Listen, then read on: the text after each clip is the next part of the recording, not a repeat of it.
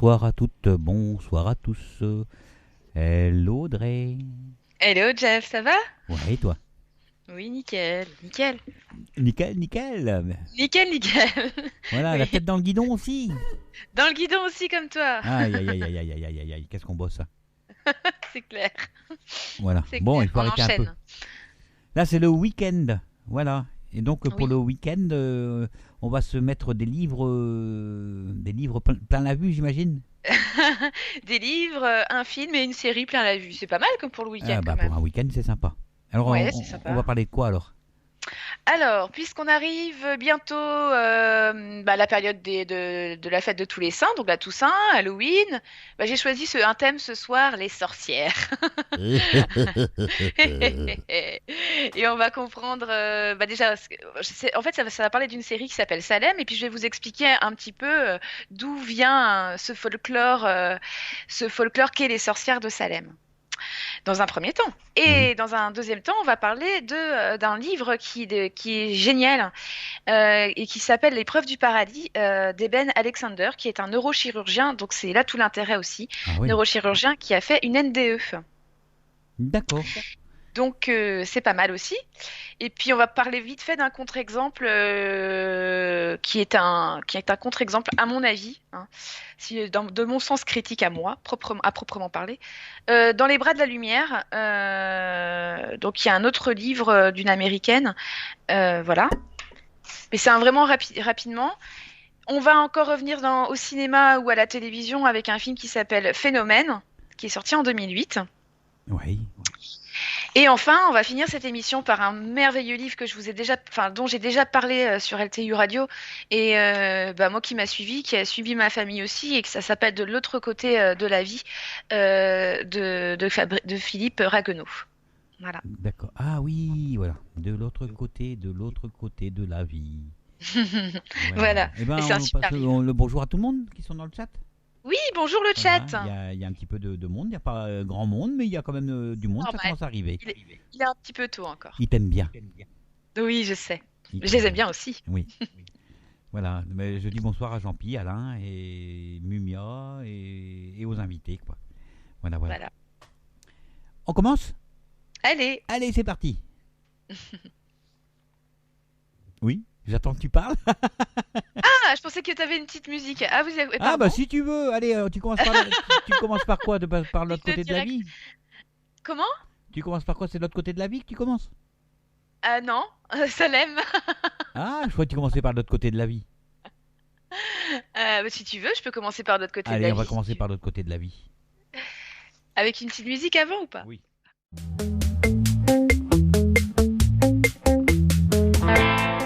À demain, vers demain, l'émission du bien-être et de la santé au quotidien, où j'ai le plaisir d'accueillir des thérapeutes, en tout cas des personnes qui œuvrent pour votre santé et pour votre bien-être.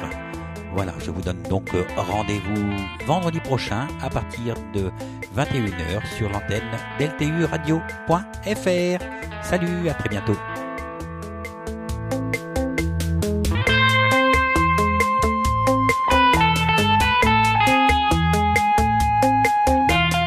Et tout à l'heure, dans le cadre de cette émission, nous aurons le plaisir d'accueillir quelqu'un que vous connaissez bien, qui s'appelle Jean-François Bourbon, et qui va venir nous parler de magnétisme et des animaux. Voilà, voilà.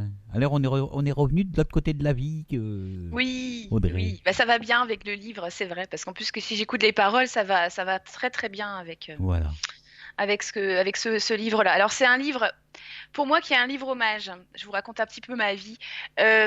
Moi, j'ai ma grand-mère qui est décédée il y a de ça un an. Ça passe vite.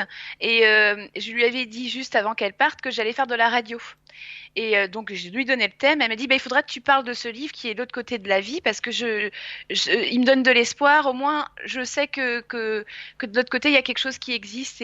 Et parce elle a lu au moins 15 fois, 20 fois ce livre. Donc, ma première émission, j'en ai parlé. Ma première émission sur LTU. Et là, c'est pas la dernière, mais comme ça fait un an qu'elle est partie, j'en parle aussi ce soir. Voilà. Voilà. Et une petite Simon. bougie. Comment? Et une petite bougie. Et une petite bougie, ouais. Donc j'envoie toutes mes pensées à ma grand-mère ce soir. Donc en fait, ça s'appelle donc L'autre côté de la vie de Philippe Ragueneau. Alors Philippe Ragueneau, c'est qui? C'est ben déjà bon, quand il a écrit son livre, il était à la retraite, mais avant, il a eu une grande vie quand même. C'est un compagnon de la Libération.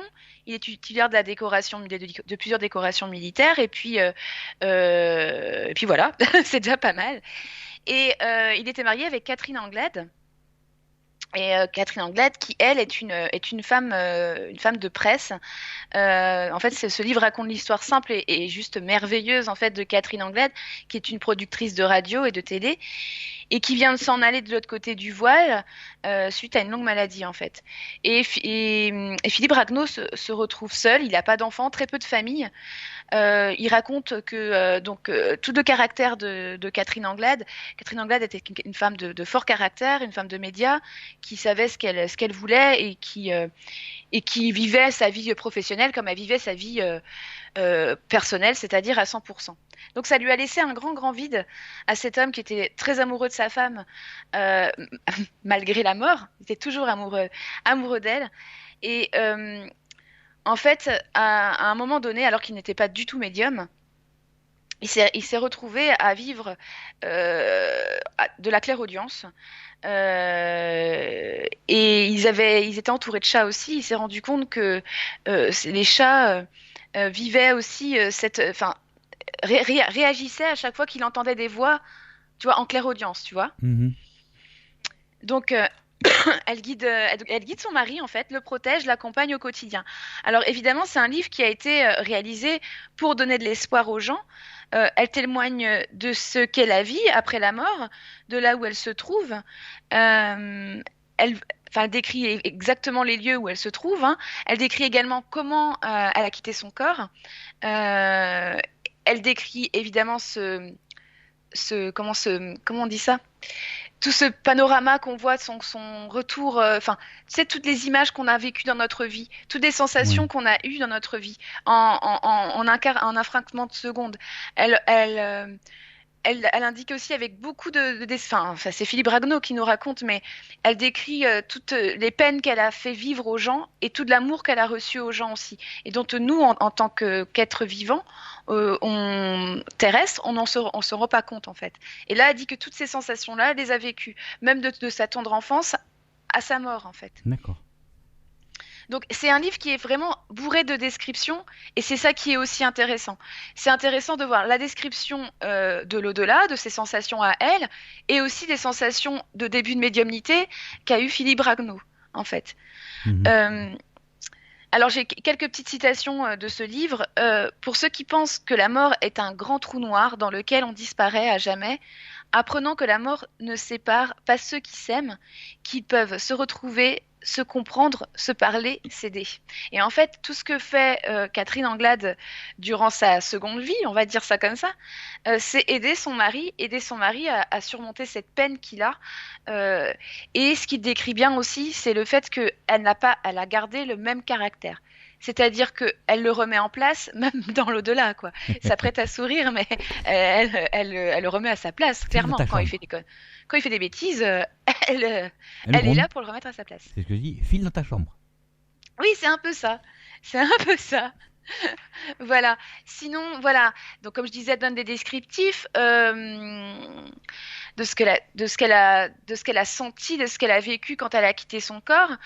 Et elle explique aussi, parce qu'à un moment donné, Philippe Ragueneau crie son désarroi, crie le fait qu'il comprend pas pourquoi si tu es là de ce côté-là, mais pourquoi la vie existe, pourquoi la mort existe, pourquoi on a tant de peine sur Terre, est-ce que Dieu existe réellement? Comment peut-il exister quand on voit le nombre de morts qu'il y a sur Terre, de souffrances qu'il y a sur Terre? Eh oui. Et elle explique en disant cela, on se révolte contre tout ce qui nous échappe, tout ce qui échappe à notre compréhension et nous est imposé. On remercie quand on comprend et qu'on accepte. Et là, ce qui veut dire qu'en fait, une fois arrivé de l'autre côté, on comprend pourquoi on a vécu. Même si on a la chance de comprendre dans notre vie terrestre le pourquoi du comment on vit certains éléments Mhm. qui peut paraître désastreux sur le coup, on comprend, certains ont la chance de le comprendre après coup, sur Terre, mais d'autres ont enfin, ont la clairvoyance totale une fois arrivés de l'autre côté. Et c'est ce qu'elle dit. En fait, tout ce qu'on vit déjà, d'une part, quelque part, on le choisit pour l'expérience, et aussi, on le vit parce qu'il fallait le vivre tout simplement pour notre élévation personnelle et pour l'élévation de ceux qu'on accompagne dans notre vie et de l'autre côté. Donc c'est un livre très instructif qui est super accessible à tous, même si vous aimez pas lire, même si c'est pas votre tasse de thé, de vous dire bah non, et puis en plus le soir moi je m'endors sur mon lit sur mon livre après ma journée durement passée. Non non, là c'est hyper simple. En plus il est hyper accessible, vous pouvez le trouver dans toutes les librairies, même pas besoin d'aller dans une librairie ésotérique, ça se trouve très facilement. Il y a une très belle couverture, c'est une couverture sur fond bleu, de ciel bleu, nuageux, mais quand même très beau. Et puis deux mains qui se prennent, deux mains l'une dans l'autre en fait. Mhm. D'accord. Voilà, donc c'est un livre qui est sorti il y a quand même un petit moment. Ça fait 17 ans qu'il est sorti, enfin un peu plus de 15 ans, on va dire. Voilà. Et puis voilà, c'est un tout petit livre de poche. Ça vous coûtera 5,90. Vous pouvez même le trouver d'occasion sur Amazon. Et ça fait 265 pages. Donc hyper Mhm. facile. Vous pouvez le glisser partout où vous allez, dans le train, en voiture, dans le taxi, peu importe où vous allez, franchement, même à la cantine si vous voulez. Enfin, c'est un super livre que je, que je conseille aux gens viennent de perdre quelqu'un de très cher, et puis que je conseille aux gens tout simplement qui sont en pleine quête spirituelle, tout simplement. D'accord. Voilà. Bah, c'est Wally bien. Walou. Impeccable. Voilà. Voilà. Est-ce qu'il y a des Bah, questions? franchement, il est super. Il est Il n'y a pas de super. questions? Bon, alors on va. Bah, ça veut dire que je suis très claire, voyons. Ben voilà, c'est que t'as dit assez et que voilà, c'est super. On va dire ça comme ça. Mm. Bon, Voilà. allez, première pause alors. Une première pause. Calogero, le On se portrait. Ouais, et puis après, on se retrouve avec des sorcières de Salem. Les sorcières. Avec le petit nez qui fait. Tugudugudugudu. Ouais, ça, c'était la gentille sorcière. À Ça, Salem, c'était- c'était pas forcément ça. Non, Hein. c'est pas les mêmes. Allez, Non. Calogero, le portrait, et puis donc on se retrouve de suite après.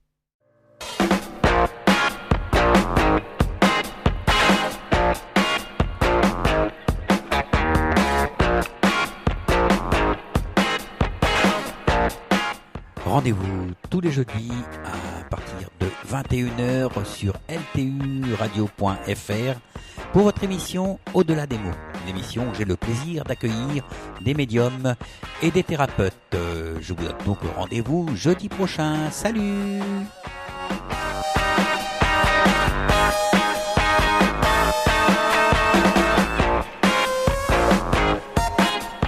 Et devinez qui vient nous voir la semaine prochaine, donc jeudi prochain, et ben ce sera Karima. Alors Karima va venir nous faire une petite causerie spirituelle. Voilà, donc on vous invite à venir participer, à venir poser vos questions, à venir discuter tout simplement de spiritualité avec Karima, qui est aussi et également la présidente de l'association L'Heure Céleste. Voilà, donc du côté de Évreux. Waouh, quelle mémoire! On retrouve Audrey. D'accord. Alors, oui, on va parler de Salem, ça te dit? Ouais, j'aime bien les sorcières, moi. Ouais. Alors, on va parler de sorcières bien aimées. La semaine dernière, j'ai parlé, il y a 15 jours plutôt, j'ai parlé de The Good Witch. Là, c'était une gentille sorcière, revisitée, on va dire. Et là, c'est Salem. Donc, Salem, ça parle pas forcément de gentille sorcière. Bah, ça l'aime ou ça l'aime pas, hein. Ça l'aime pas là, ça l'aime pas. Alors, avant de vous parler, parce que c'est une série, je voulais vous parler de cette nouvelle série en fait qui est sortie depuis 2013 aux États-Unis, mais qui est sortie que depuis, qu'est-ce que je dis pas de bêtises, depuis 2016, depuis septembre 2016. Donc c'est très récent là. Donc voilà. Donc je voulais vous en parler. Donc d'abord, voilà, pour mieux comprendre la série, c'est quoi Salem? Ils ont fait quoi Salem? En fait, Salem, c'est une ville située dans le comté d'Essex, dans le Massachusetts. Massachusetts, c'est dur à dire. Hein, Massachusetts. Massachusetts. Mais Aux ta chaussette. USA, c'est juste aller à 300 km au-dessus de New York. Et la plupart des gens associent la ville avec le procès des sorcières de Salem. Hein. donc qui a eu lieu en 1692. Donc c'est une histoire vraie à la base. Donc évidemment, ça a été très exploité au plan touristique par les Américains, évidemment. C'est un peu comme Roswell en Arizona, quoi. Donc, même si les accusés, pardon, vivaient en réalité à proximité, par contre, le procès lui-même eut lieu dans la ville en mai 1692. C'est-à-dire que les sorcières de Salem n'étaient pas forcément de Salem à proprement parler, mais le procès a eu lieu réellement à Salem. Alors, le nom de Salem, en fait, je suis sûre que ça, tu sais pas, par contre, Jeff. De quoi? D'où vient, d'où vient le nom de Salem? Ça l'aime ou ça l'aime pas? Non, c'est oui, voilà, je dis fouille. Ouais. Voilà. Le nom de Salem, et en fait, ça vient de la Bible. C'est le premier nom de Jérusalem, qui en hébreu signifie paix. Ah, tu t'apprends un truc ce soir. Oui. Et en fait, les puritains, donc les premiers colons qui ont débarqué aux États-Unis, voyaient en effet dans le Massachusetts une nouvelle Israël. Aussi jugèrent-ils bon de l'appeler Salem, ce qu'ils pensaient être la future capitale du pays. Donc en fait, beaucoup de beaux partis, on va dire, se sont installés à Salem à l'époque, croyant déjà construire une ville nouvelle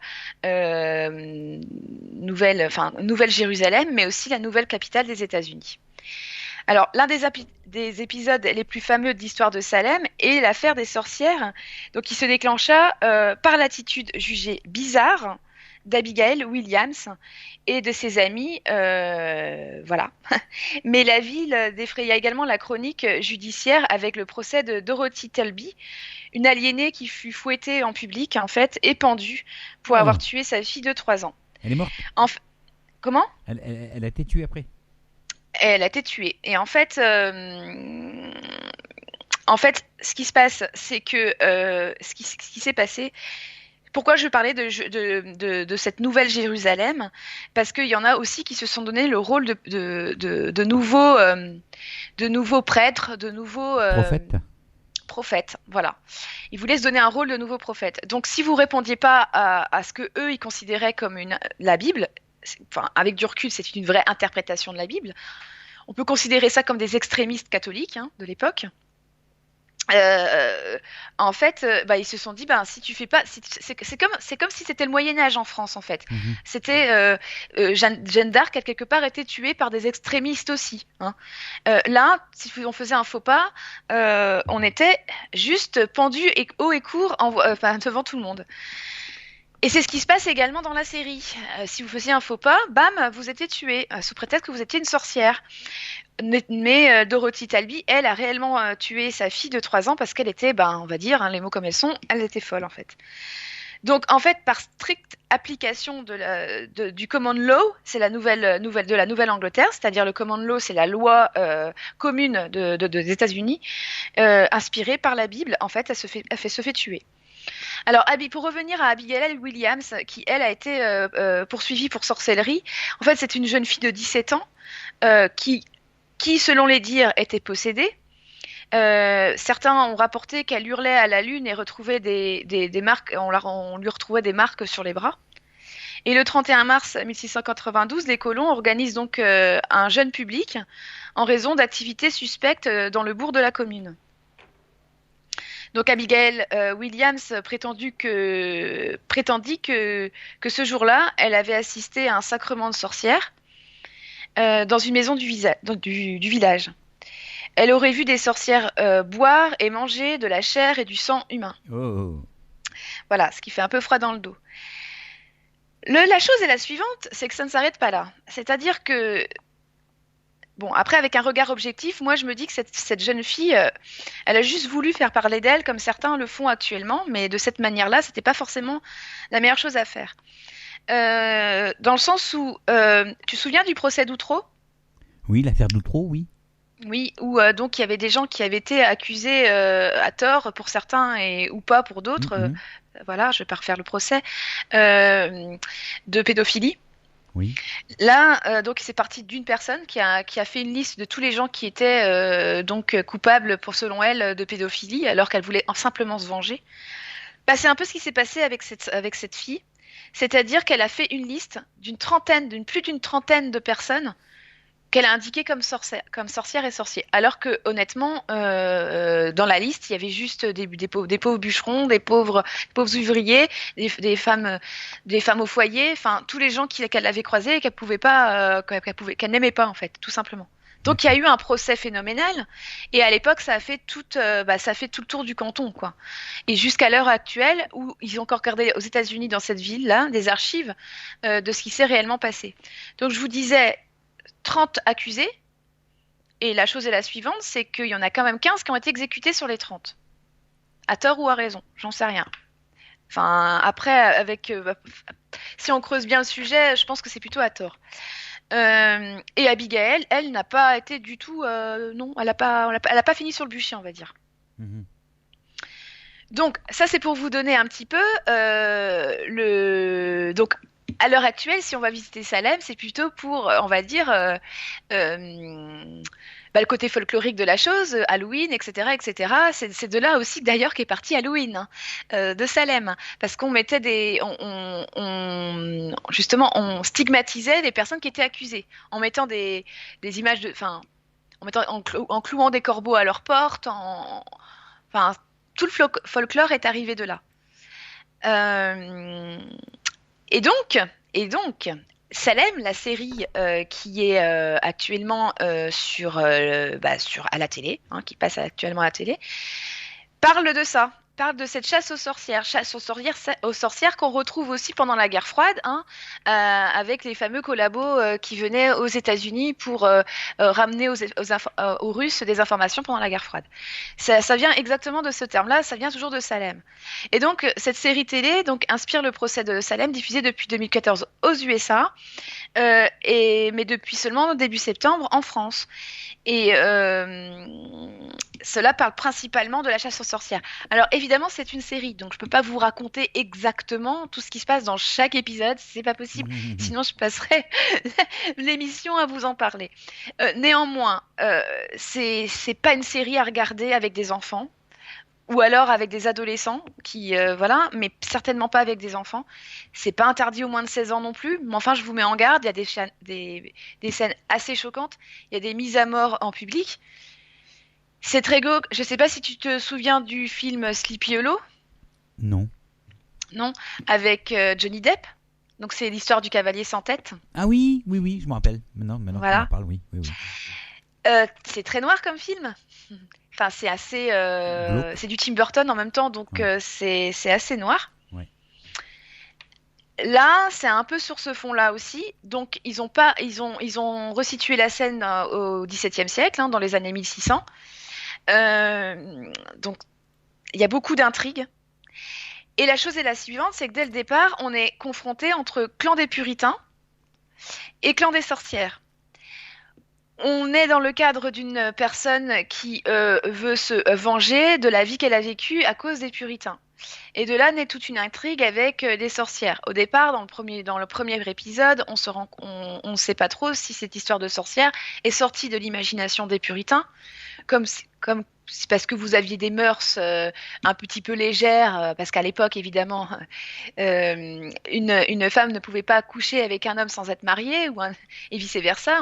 Une femme ne pouvait pas non plus avoir un enfant avec un homme sans être mariée. Et là, enfin, si vous viviez cette expérience-là, en tout cas, vous auriez été jugé de fille légère et même de prostituée, et vous auriez été carrément fouetté en public. Donc là, dans le premier épisode, on se demande effectivement si c'est pas les puritains qui inventent une histoire juste pour faire peur aux gens et juste pour les mettre dans des carcans, ou si effectivement les sorcières existent réellement dans cette série. Et on découvre petit à petit, sinon de toute façon la série ne ferait pas le de vieux os, donc forcément on parle des sorcières et de leurs pratiques, et donc de cette fameuse chasse aux sorcières qui a lieu, et donc avec des gens qui sont accusés à tort et à travers de sorcellerie. Mhm. Voilà, moi je vous conseille de regarder cette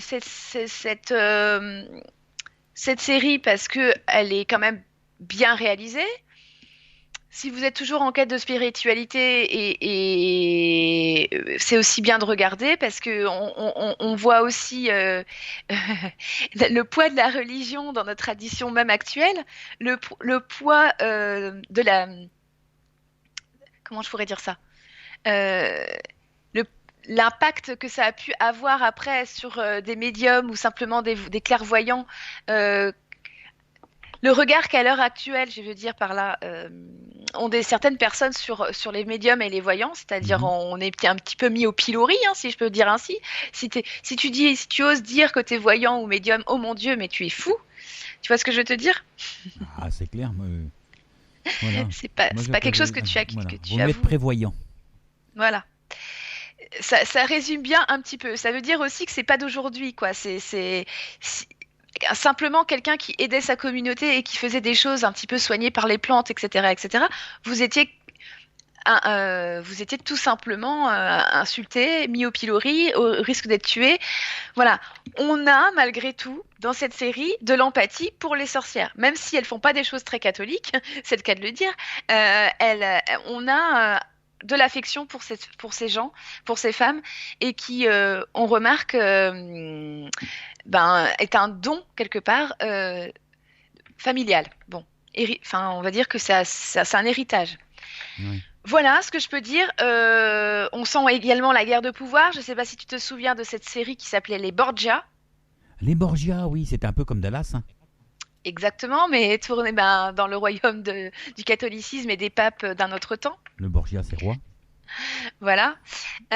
On est un petit peu aussi dans cette mouvance, c'est-à-dire que on voit que même si les puritains vous insultez vous en public d'être des prostituées ou des gens avec des mœurs ultra légères, on voit que eux, ça ne les empêche pas d'aller en maison close et coucher très librement avec des prostituées et clairement pas s'en cacher, quoi.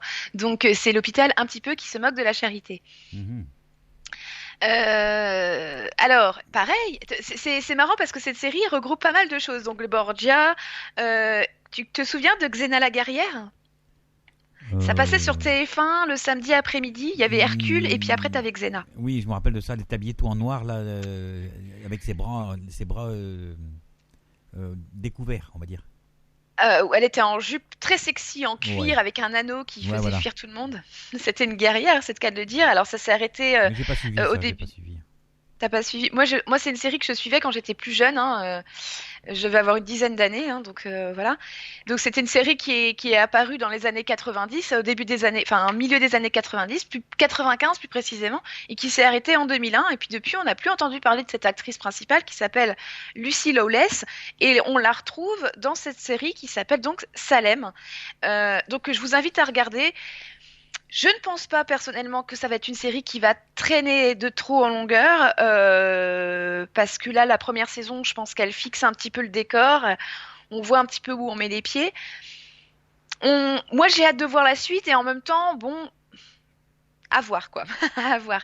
En tout cas, je vous conseille certainement plus The Good Witch, comme je vous ai promis, enfin que je vous ai indiqué la semaine il y a 15 jours, plutôt que Salem. Peut-être parce que j'ai plus envie de gaieté en ce moment que de noirceur, donc voilà. Et puis ça serait bien si vous pouviez me dire si vous avez regardé aussi The Good Witch dernièrement, ou du moins les 6 téléfilms que je vous avais conseillés, et puis me dire ce que vous en avez trouvé, quoi. Enfin, Mhm. ce que ça vous avait retenu. Voilà ce que je peux dire ce soir de Salem, et donc très facilement trouvable sur Internet, mais il faut pas le dire. Faut pas dire. Faut pas dire. C'est où? Comment? C'est où? C'est où quoi? Ben, on peut trouver. Qu'il faut trouver? Oh bah sur des sites ultra légaux de téléchargement. Ah, c'est des Lego de chez Mattel. Ouais, c'est ça. D'accord. Ah ouais, c'était une belle explication. Merci Audrey. Voilà, voilà. Donc pour vous mettre dans le contexte d'Halloween avec les enfants qui viendront frapper à votre porte très prochainement. Voilà. Allez, Quoique ça perd un petit peu en ce moment enfin, d'année en année, on a l'impression qu'il y a de moins en moins de gamins dans les rues que pour faire ça quand même. bah oui, bah oui. Aïe aïe aïe. Bon, on s'écoute Alain Souchon Allez, et Laurent Voulzy. Qu'est-ce que tu me proposes comme musique Derrière les mots. Derrière les mots. Ok. C'est- Émoté. Les mots émo, pas M-A-U-X. D'accord. M-O-T. M-O-T quoi, je sais pas, M-O-T. mais M-O-T. Voilà. D'accord. Voilà.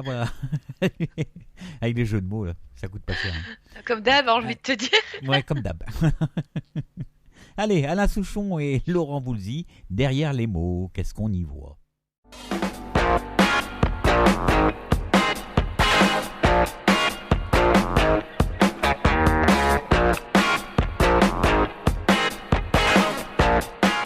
Rendez-vous tous les jeudis.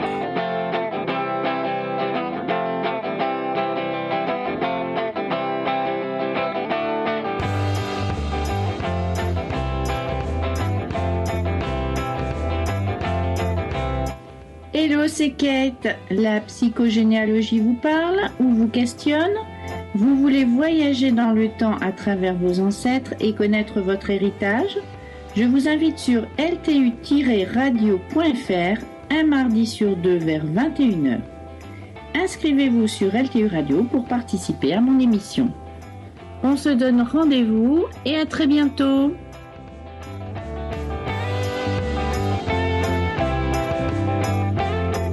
Kate vous donne donc rendez-vous mardi prochain. Donc, si vous voulez participer à son émission, il est temps de vous inscrire. Voilà, donc ltu-radio.fr. Vous cliquez sur l'onglet inscription.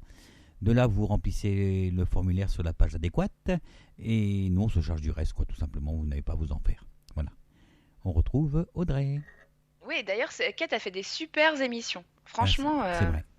ah ouais, elle fait des trucs, c'est impressionnant. Et les deux Claire d'ailleurs. Hein.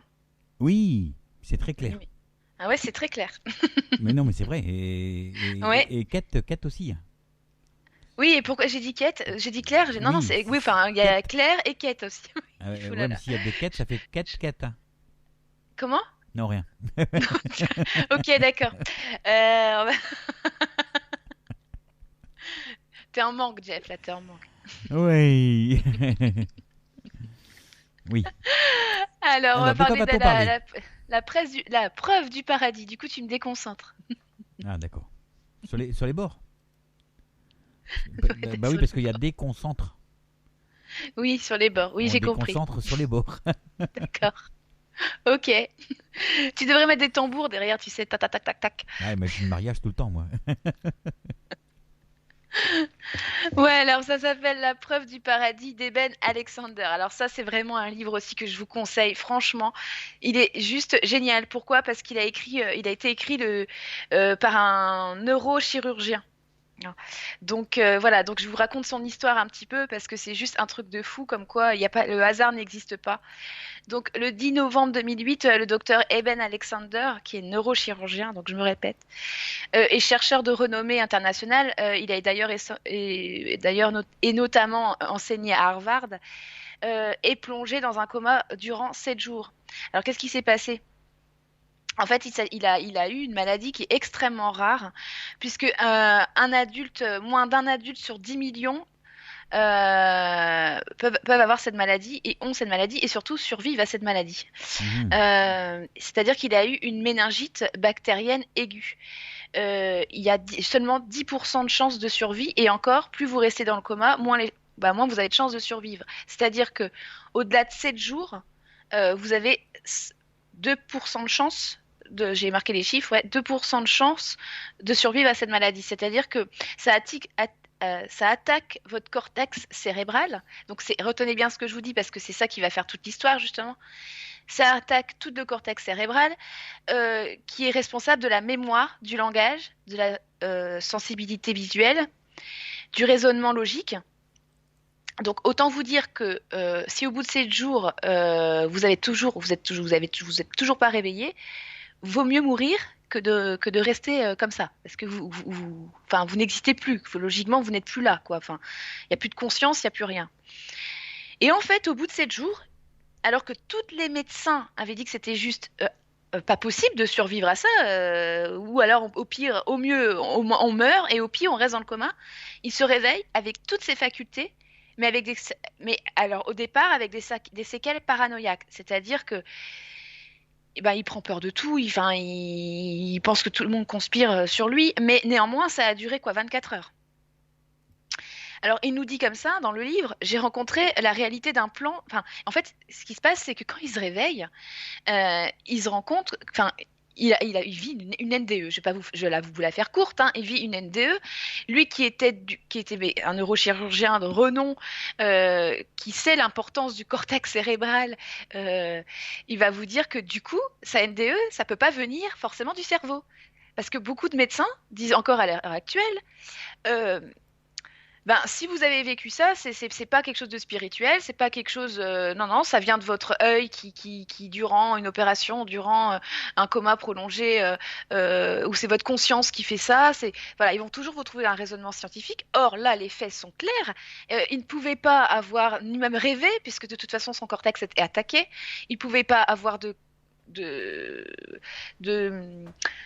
il pouvait pas entendre, il pouvait pas voir, de toute façon, il ne pouvait pas réagir. C'était juste impossible. Scientifiquement, c'est impossible. Donc, et en plus, il est bien placé pour le rapporter. C'est pour ça que c'est intéressant. Parce qu'il nous dit comme ça, j'ai rencontré la réalité d'un plan de conscience qui existait totalement indépendamment des limitations de mon cerveau. Donc, le voilà libéré de son identité corporelle, en fait, et de tout savoir terrestre. Il vit une expérience étrange, c'est ce qu'il dit, hein, entre guillemets, étrange, un voyage ultra réel, plus réel que notre corps, que notre corps là sur Terre, sur notre Terre. Il nous décrit des étapes de son voyage. C'est ce qui se passe aussi en clairvoyance, hein, pour l'avoir vécu en clairvoyance, parce que moi j'ai pas vécu de NDE, tu sais ce que c'est aussi. Oui. Quand on vit une clairvoyance, clairement, les images qu'on nous montre sont tellement. Moi, je suis myope en plus. Je suis myope comme une top, donc je vais raconter mon expérience. Hein, mais non, mais c'est vrai. Je Oui, suis... oui. je ne vois rien du tout sans lunettes. Et là, donc, je l'ai raconté à plusieurs personnes et à toi le premier quand j'ai vécu la chose. Je vais pour m'endormir et là, je vois un homme dans ma chambre d'une beauté mais époustouflante. À ne pas Que, dormir que- dans la baignoire. Comment? Une beauté à ne pas dormir dans la baignoire. Ah, mais non, mais c'est clair. J'aurais bien voulu qu'il vienne à côté de moi. Ça, c'est plus c'est infinité, si tu vois ce que je veux dire. Mhm, Mais mhm. il avait un être comme je n'ai jamais vu sur Terre, enfin, d'une beauté, ça émanait de lui, ça émanait de tout partout. Il avait des cheveux qui étaient d'un blond, mais d'un blond de lumière, si tu veux. Et le raisonnement que j'ai eu sur le coup, c'est je me dis, mais excusez-moi du terme, mais putain, c'est quoi ce bordel? Et c'est là qu'on se rend compte que, parce que je ne voyais pas et je voyais mieux qu'une personne qui était à côté de moi. C'est ça qui est dingue. C'est comme ça. Et au-delà de ça, je voyais lui, mais sans voir, j'arrivais à voir ce qu'il faisait. C'est-à-dire qu'il me le montrait pas. Alors, c'est-à-dire qu'on me montrait avec mes yeux, mais on me montrait avec mon cerveau aussi, je pense, ce qu'il faisait. C'est juste incroyable. Et je pense que vivre une NDE comme lui l'a vécu, quand il dit de la part d'un médecin, d'un neurochirurgien renommé, qui vous dit qu'il vit une expérience plus réelle que son corps, je vous laisse imaginer l'expérience qu'il a vécue. Mhm. Tu vois ce que je veux te dire ou Oui, pas? oui, oui, oui, oui, j'imagine. Euh, il dit aussi que ce qu'il a vécu, c'est le monde vu dans les yeux d'un ver de terre. C'est-à-dire qu'il expliquait qu'il faisait partie d'un tout. Il a fait son trou dans sa vie, celui-là. Le ver de terre. Ok, tu sors, Jeff, tu sors, tu sors. Non, mais voilà, c'est juste pour dire que à l'échelle, sans aucun ego, enfin, il n'avait plus d'ego. Il faisait juste partie d'une source, d'une lumière intense. Il savait qu'il y avait des êtres autour de lui, sans vraiment les voir, mais il le savait quand même. C'est ce que je viens de dire. C'est ce que moi aussi j'ai pas vécu d'NDE, mais voilà, je voyais sans voir, tout en voyant une réalité qui m'entourait, qui était là. C'est ça Mhm. qui est dingue. Donc c'est un grand panorama de l'invisible qui nous décrit et de la phase spirituelle de l'existence que le docteur Eben nous dit avoir vécu. Alors, c'est vraiment, comment je pourrais vous dire ça? C'est vraiment intéressant parce qu'il nous décrit donc ce qu'il a vu, son l'avant NDE, le pendant MDE et l'après NDE. C'est-à-dire qu'il n'a plus accompagné les malades comme il le fait aujourd'hui. D'ailleurs, il passe plus de temps à l'heure actuelle, je pense, à faire des interviews. C'était un best-seller aux États-Unis, hein. Et il a fait une suite à ce livre-là. Je crois que c'est les témoins du voyage de l'au-delà, je crois, ou les témoignages du paradis, ou je sais plus. Euh, euh, alors c'est un peu comme essayer d'écrire un roman en utilisant seulement la moitié de l'alphabet, c'est ce qu'il dit aussi, parce qu'il dit ne pas avoir suffisamment de mots pour décrire ce qu'il a vu. Il n'y a aucun mot terrestre ou aucune langue assez suffisamment riche pour décrire ce qu'il a pu voir. Donc ça laisse présager quand même des choses extraordinaires. On se souvient de Nicole Dron, qui nous décrit également son voyage de l'autre côté. Voyage qui est plus ou moins controversé par certaines personnes que j'ai pu voir sur YouTube. Néanmoins, moi, je retiens ce qu'elle a vécu quand même, parce qu'elle raconte ça d'une manière tellement... pour l'avoir rencontrée, tu l'as Limpide. rencontrée, toi, Nicole? Ouais. 2 fois. Ouais. Elle a beau raconter toujours ce qu'elle a vécu, et pour autant, on pourrait l'écouter 15 fois son histoire, on reste toujours bouche bée, parce que c'est fait tellement avec le cœur, et je pense que ce docteur-là, il a réellement fait avec le cœur. Il a beaucoup communiqué donc sur ce sujet, un peu comme s'il avait fait la découverte d'un vaccin contre le cancer ou contre le sida, en fait. Normalement, un médecin est mis sur le devant de la scène quand il a fait une grande évolution, enfin une grande découverte pour l'évolution de la médecine. Lui, il en parle, il dit je ne peux plus maintenant mêler la médecine sans la spiritualité. Avant, il prenait le terme, pardon, de spiritualité à part, et ne voulait surtout pas mélanger la spiritualité à la médecine, parce que ça pouvait pas coexister, en fait. Pas compatible. C'est pas compatible. Et après ça, il dit c'est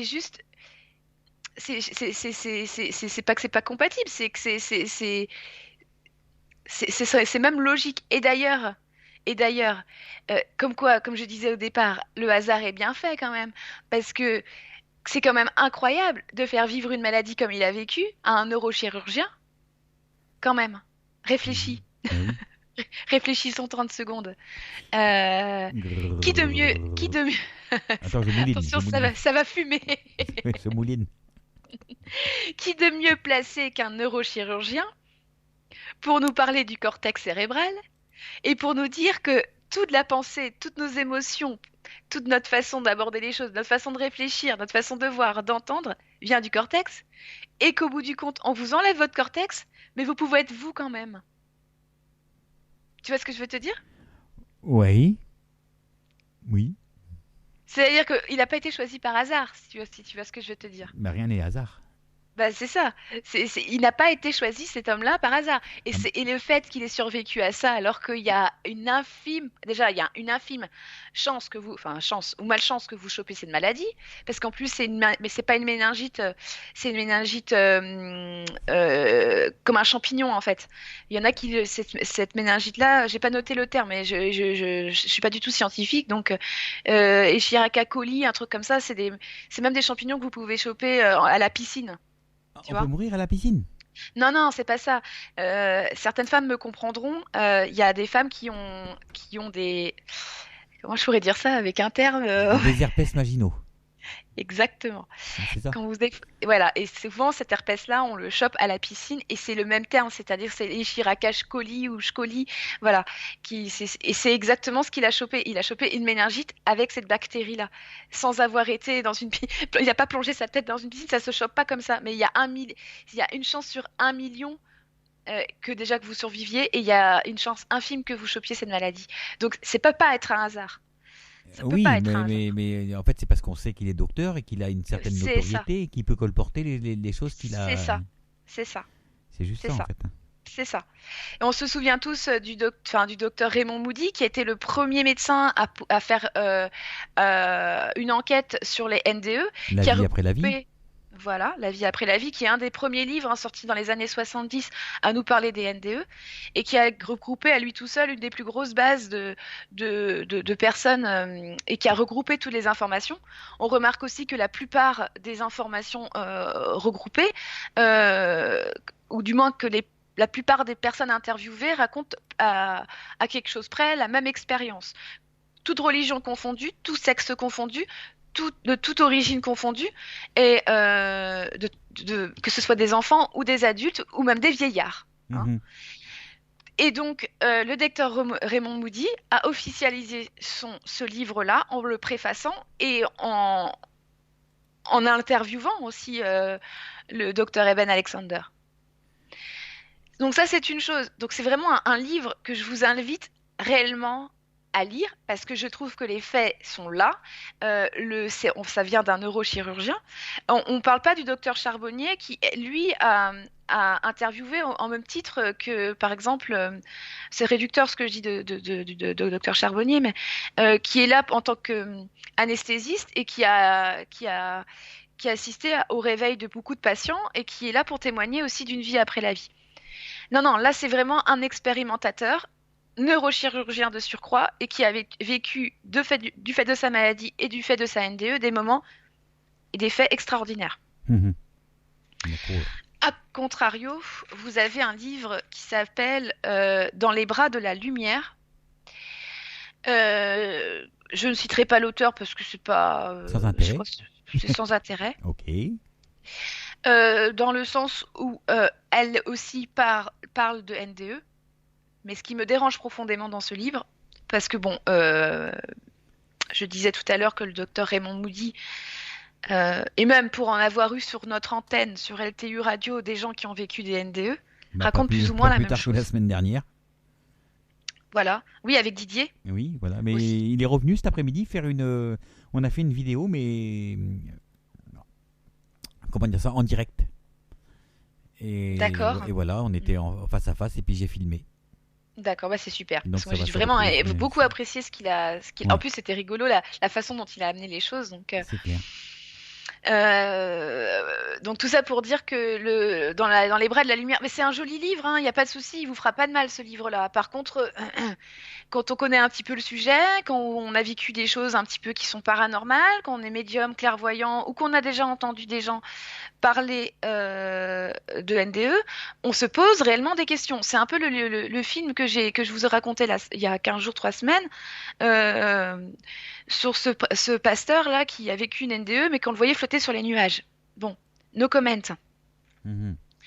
Là aussi, c'est un écrivain américain, c'est une femme de famille tranquille, comme il n'y a pas plus tranquille d'ailleurs, qui est sous morphine. Donc déjà, ça, c'est à prendre avec des grands bémols, parce que normalement, quand on vit une NDE, c'est qu'on est au bord des frontières de la mort et pas qu'on est anesthésié. Je sais pas, qu'est-ce que t'en penses? Bah oui, parce que quand on est anesthésié, bah, le cerveau fonctionne quand même. Exactement, le cœur fonctionne et votre cerveau fonctionne toujours. Donc voilà, la morphine aussi est une drogue à la base, c'est un dérivé de drogue. Si vous avez trop de morphine, non seulement vous dormez, mais vous pouvez faire des rêves complètement délirants. Donc on pourrait se poser la question de savoir si c'est réellement une NDE ou si elle a rêvé. Et surtout que quand elle décrit sa NDE, pour moi, c'est pas une NDE, quoi. C'est un voyage qu'elle a fait. Elle a vu du tout. Elle a vu le diable. Elle a vu les anges. Ok, d'accord, c'est bien. Mais elle parle énormément de Dieu, ce qui me dérange beaucoup aussi, parce que dans tous les expérimentateurs de NDE, vous n'entendrez jamais parler de Dieu. Vous parlerez d'une source. Vous entendrez parler d'une source, d'un bienfait, mais que vous soyez juif, catholique, musulman, vous voyez pas le Christ en face de vous. Vous voyez pas le prophète Moïse ou Mahomet, vous le voyez pas, non. C'est une source, c'est un bien-être, c'est un état général, voilà. Elle parle constamment de Dieu et du Dieu catholique, il n'y aura pas d'autre, Donc ça me dérange profondément. Après, voilà, moi, je vous invite à faire la différence entre ce type, parce que dans les librairies ésotériques ou même sur Amazon, ou même je sais pas, à la Fnac, peu importe, vous allez avoir un rayon ésotérique, paranormal. Il y a des livres où il y a attention aux livres qui ne sont pas, enfin, que moi j'appelle New Age, c'est-à-dire avec des façons de penser qui sont un tout petit peu chaotiques, qui donnent leur façon de penser, mais qui n'a rien qui n'a rien à voir avec une expérience réelle. Rien de mieux qu'une expérience réelle pour vous raconter des choses. Quelqu'un qui part en délire comme ça. Je me souviens de quelqu'un qui m'a raconté, que je connais, que tu connais aussi, qui m'a raconté que dans son pendule, il avait une âme enfermée. Mais bon sang de bonsoir. Qu'est-ce que l'âme, elle fout là, franchement? Parmi toutes ces grandes émancipées. C'est pareil, dans ce bouquin, on se demande qu'est-ce que ça fout là, quoi. Voilà. Donc, deux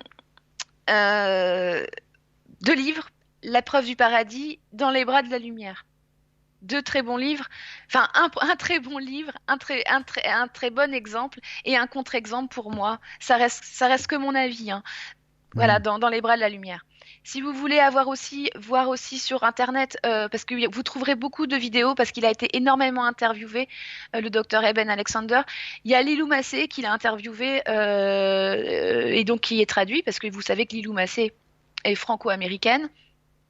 Donc, elle interviewe en anglais et c'est traduit à nouveau par elle sur YouTube. Donc ça, vous pourrez trouver. Vous tapez simplement l'épreuve du paradis d'Eben Alexander sur YouTube et vous trouverez l'interview. Et c'est pas le seul, hein, vous en trouverez plein. Et puis, si vous voulez vraiment vous faire plaisir avec un bouquin qui vaut vraiment le coup, qui a fait le buzz, mais à juste titre cette fois-ci, La preuve du paradis, courez vite et l'achetez, quoi. Voilà. En même temps. Voilà, donc s'il y a des questions, n'hésitez pas. Non, si ça parle. Ah, la super équipe. Mais dans le coma aussi, on peut faire des NDE. Oui. Oui, bah oui. En faisant un câlin aussi, on peut faire des NDE. Oui. Pour peu que l'esprit parte loin, on va dire. Oui. C'est rare quand même, hein. C'est rare. C'est rare, mais vraiment... ça peut arriver. Quand on fait un câlin, l'orgasme est tellement puissant que voilà, que salut, quoi. Oui, j'en connais. Ouais, j'en connais. Ouais. Pas moi. Si, j'en connais. On m'a déjà raconté un truc comme ça. Attention, je dis pas que dans un coma c'est pas possible, hein. Je dis pas. Après, je dis juste que cette dame-là, elle a vécu. Elle dit avoir vécu une NDE, mais moi, ce qui me dérange, c'est qu'elle était sous morphine. Donc, elle était droguée. Voilà, et que voilà, donc tandis que le docteur Eben Alexander, ah bah oui, il était à l'hôpital, il était drogué aussi, mais sauf que son cortex cérébral était attaqué et que il était réellement pouvait plus être réellement conscient. Il y a un truc que je trouve très marrant, Audrey. Vas-y. Tu dis, elle était droguée, et puis il y a Paola qui te met coucou Audrey, mais elle écrit coucou en même temps CC Audrey. Et chacun sait que la CC c'est la cocaïne. Oui. Bah, drogué, quoi. Ouais, drogué, quoi. Mais j'ai pas compris, en fait. J'ai pas bien entendu. Excuse-moi. Répète. Oui, je te disais que tu parlais de quelqu'un qui était drogué. Oui. Et que Paola l'a marqué CC Audrey. Ah oui, d'accord. Ok, d'accord. Voilà. Ouais. Oui, ok. Mais c'était pas une droguée dans le sens drogué, hein. C'était... Non, j'ai bien compris. Morphine, mais la morphine à très haute dose, mais c'est comme la codéine, hein. À forte dose, la codéine, c'est même interdit dans certains pays, hein. Moi, par exemple, quand je suis partie aux États-Unis, la codéine, je pouvais pas en prendre dans l'avion, hein. C'était impossible, hein. On me les a fait jeter à l'aéroport, hein. Oui. Donc, vous voyez, la morphine, c'est pareil, de moins en, si vous allez à l'hôpital un jour que vous souffrez énormément, on vous donnera pas de la morphine comme ça, hein. Ça, c'est vraiment, vous êtes il vous dose parce que il y a une forte dose d'accoutumance et là, si vous voulez, elle a pas vécu de coma réel ni de voilà. Je rigole parce que il y a Nizou qui me dit comme ça. Toi, t'as bien vu Marie, Jeff. Elle était sous LSD ce jour-là, voyez, d'ailleurs. Hein. J'ai vu Marie. J'étais pas drogué. Hein. Non mais voilà, c'est juste la différence. Juste pour dire qu'il faut pas parce que c'est pas parce qu'on écrit un bouquin que forcément le bouquin il est valide, le témoignage il est là, mais bon. Oh là là, moi je connais des gens qui ont écrit des bouquins et c'est des pures conneries les bouquins. Hein. Mais bien sûr, Du style, c'est du comme style celui des. qui a écrit un bouquin que les bébés ils naissent dans l'au-delà. Ouais, bah peut-être. Enfin après, voilà. J'ai envie de te dire au secours, quoi. Oui. Enfin, après, on y croit, on n'y croit pas. Enfin, c'est chacun de faire son propre opinion. Après tout, moi, j'ai pas la science infuse, loin de là. Hein, c'est pas. Mais bon, je fais la différence quand même entre un livre venant d'un médecin qui quand même était très très très cartésien, il y a des faits réels, vérifiables et du coup validés. Et le docteur Raymond Moody, c'est pas non plus n'importe qui, quoi. Je veux dire, c'est quand même une référence. Donc voilà. Que dire de plus, quoi? Mhm. Bah oui. Que dire de plus? Enfin. Les deux ont été des best-sellers, hein, tu vois, mais je trouve qu'il y en a. Mais c'est ça le problème avec les États-Unis, parce qu'on mélange trop la religion à des bouquins. Faut faire attention. Faut rien. Enfin, moi, quand je parle j'ai beau avoir de la clairvoyance, de la clairaudience, c'est pas pour autant que je vais tous les dimanches à l'église, quoi. Mais non. Enfin, tu vois ce que je te. Mais toi, c'est pareil. Moi je vais juste à Kérisinen. Voilà. Après. Là, il y a trop, c'est trop, enfin, c'est trop tout de suite, elle voit la lumière, c'est Dieu. Bah, certes, peut-être, pour toi, mais c'est qu'une interprétation, quoi. C'est pas un fait, c'est une interprétation. Je sais Mhm. pas, Bah oui. je sais pas. À vous de Oh. faire votre propre opinion. Bah oui. Ouais. Voilà, bah c'est super. Alors, tu es en forme, Jeff, comme d'hab. Audrey, c'est pas bien. Qu'est-ce qui est pas bien? Bah, je sais pas. D'accord. Ok. Je sais pas. Audrey, c'est pas bien. Attends, il y a quelqu'un qui a commenté une photo à moi, alors je la mets dans le chat. Voilà. Regarde. Voilà, bah on arrive au terme de l'émission. Non, j'ai encore. T'as encore un sujet? Oh, pardon. Moi, j'avais déjà préparé le générique et Et tout. puis, il est 20 et puis il est 9h moins 20 seulement. Hein. Oui. Mais on finit à 21h. Bah, c'est pour ça que c'est pas fini. Voilà, donc il reste 20 minutes. Donc on va s'écouter Christine and the Queen alors. Allez, oui, j'aime bien. Hein, le titre Saint-Claude. Et puis on se retrouve après pour le dernier sujet. Ce sera quoi? Alors, c'est le film qui s'appelle Phénomène. Phénomène. Voilà.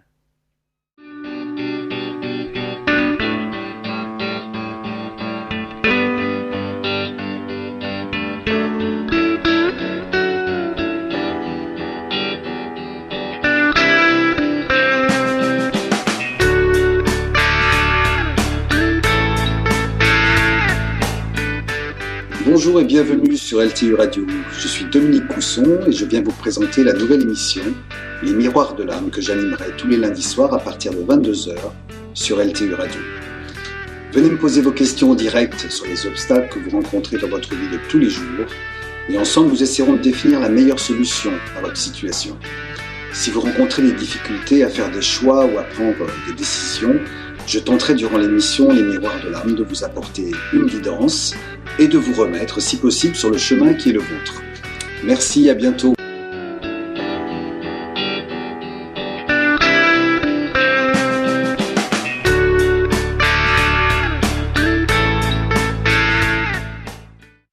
Voilà, donc on va retrouver notre ami Dominique Cousson lundi prochain à partir de 22h, juste après un autre Dominique, mais celui-là c'est Dominique Speed, voilà, et sa country music. Donc 22h, rendez-vous avec Dominique pour la guidance. Voilà, donc inscrivez-vous, hein, on attend que vous.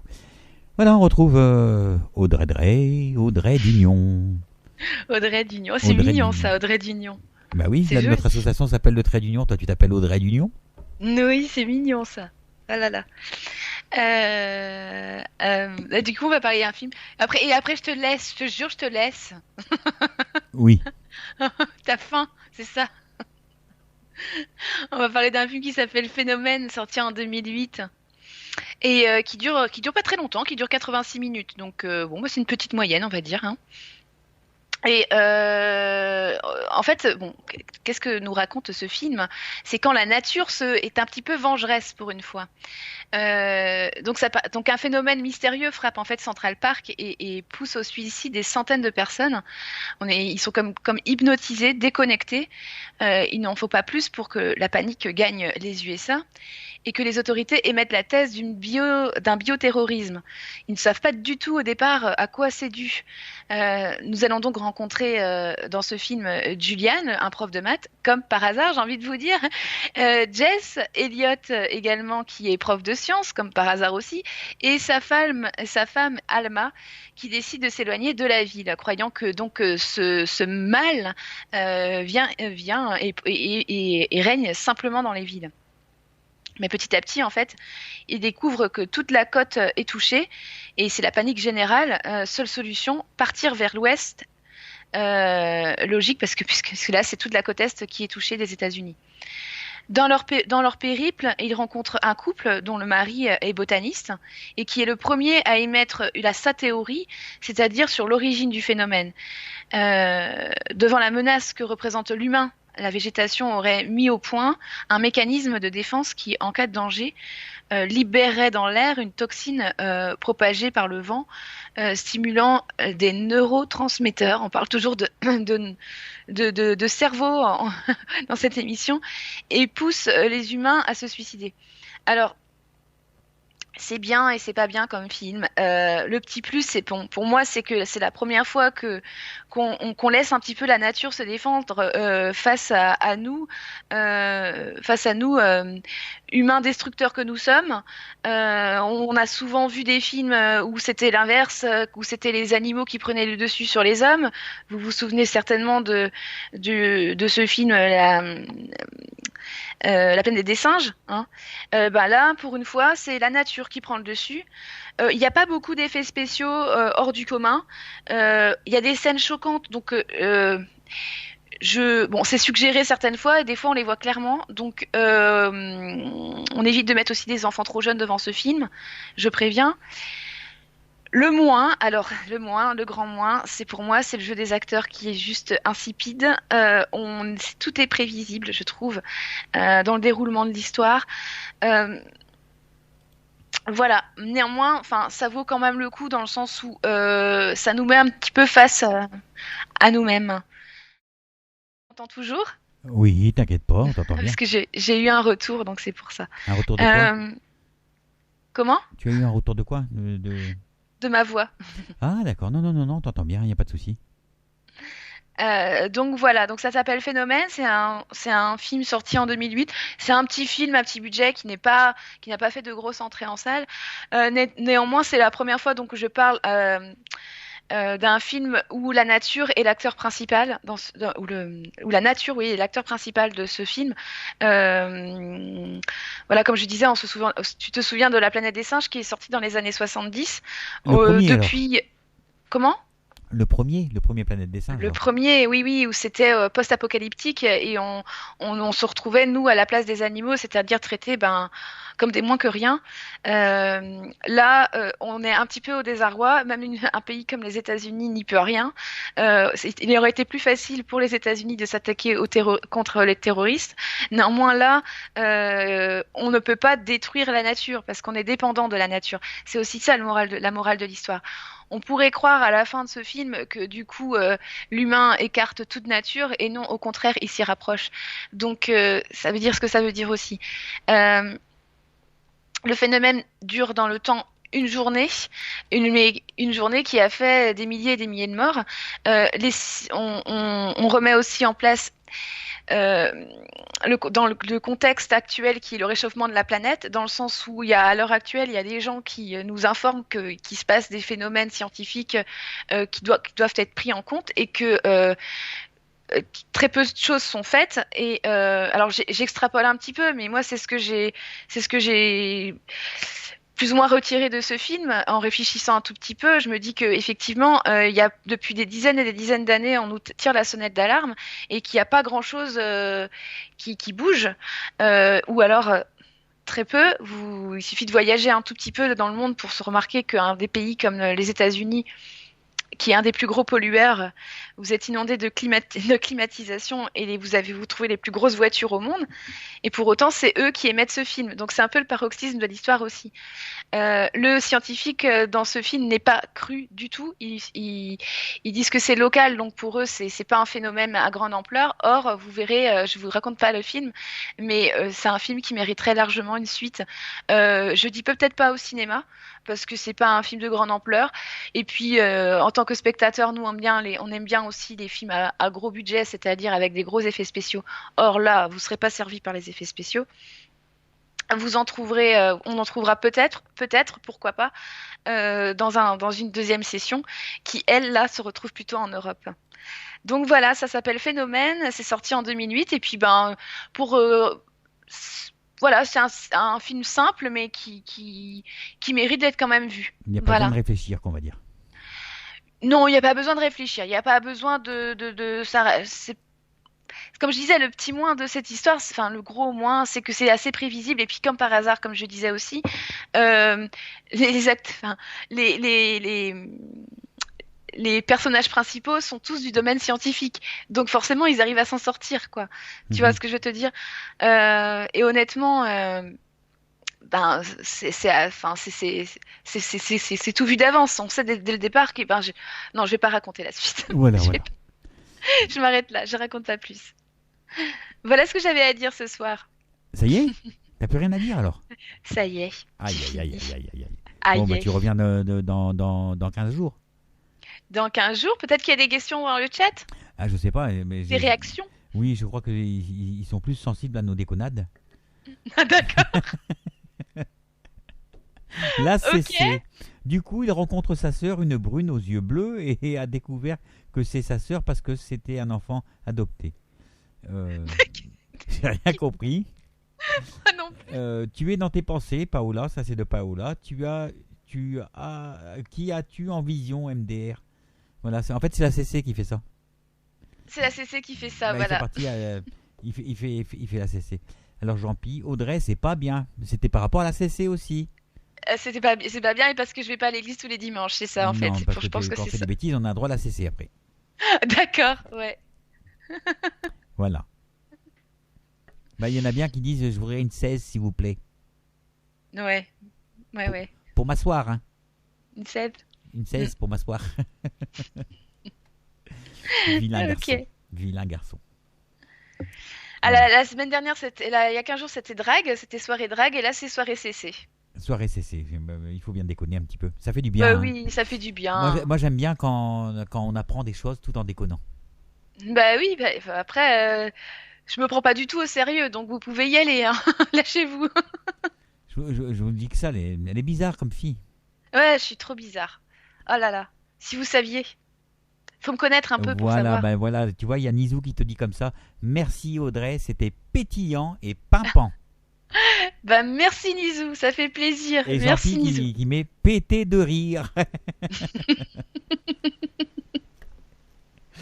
Voilà. Ça va, on envoie des bonnes humeurs sur les ondes, Jess. C'est cool ça. C'est bien. Par les temps qui courent, c'est ce qu'il faut, hein, de toute façon. C'est clair. Par les temps qui courent, c'est compliqué toujours de rigoler, hein. Mais non, faut voir la vie du bon côté, on va dire. Ah oui. Voilà, on va se quitter pour aujourd'hui. Voilà, et je vous dis à dans 15 jours et je vous fais plein de gros bisous. Est-ce que tu as des pistes pour la semaine dans 15 jours? Du tout. Bon. Du tout. Mais voilà, je prépare ça consciencieusement. On va voir avec